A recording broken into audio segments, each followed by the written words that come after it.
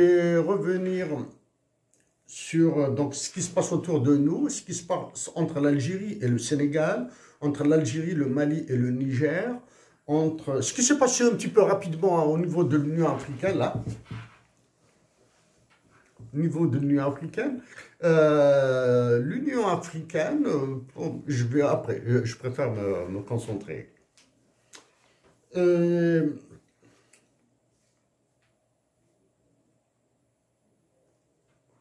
Je, je vais revenir sur les militaires du Mali, du Niger et du Burkina Faso et du Tchad, sur tout ça. Donc, d'emblée, à tous les dirigeants militaires qui acceptent, qui continuent d'accepter d'être massacrés par le franc CFA. Je vais aborder le dinar algérien, je vais faire un tout petit lien avec le franc CFA. J'en ai marre, je vous le dis comme ça, hein, j'en ai marre de travailler sur le franc CFA et de laisser le dinar algérien succomber. Donc tout ce que je dirais sur le dinar algérien, vous pouvez l'appliquer.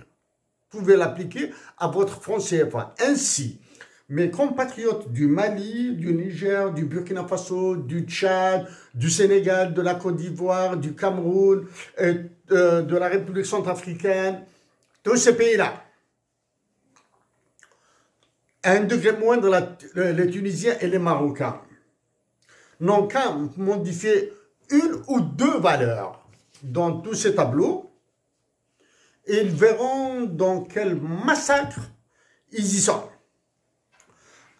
Aux militaires du Mali, du Niger, du Burkina Faso surtout, hein, surtout le Tchad, tous les militaires là. En particulier au général qui dirige le Mali. Je vous l'ai dit que vous avez perdu beaucoup de temps, vous avez fait un coup d'État, ça c'est votre affaire. Mais dans la libération du peuple malien, vous avez perdu énormément de temps. Récemment, bon, le président, le soi-disant président du Sénégal est venu vous rendre visite et apparemment son objectif qui était de vous ramener dans le cadre, dans la CEDEAO a échoué. Donc il vous a envoyé un général. Le Sénégal vous a envoyé un général. Apparemment, c'est comme le cas en Algérie, c'est un général, du moins c'est un militaire qui se prend pour un général, qui est chef d'état-major, qui se prend pour le bon Dieu en Algérie. Okay? Donc il vous a envoyé un général sénégalais, il est venu vous voir en Mali, et il vous a donné un avertissement rouge. Okay?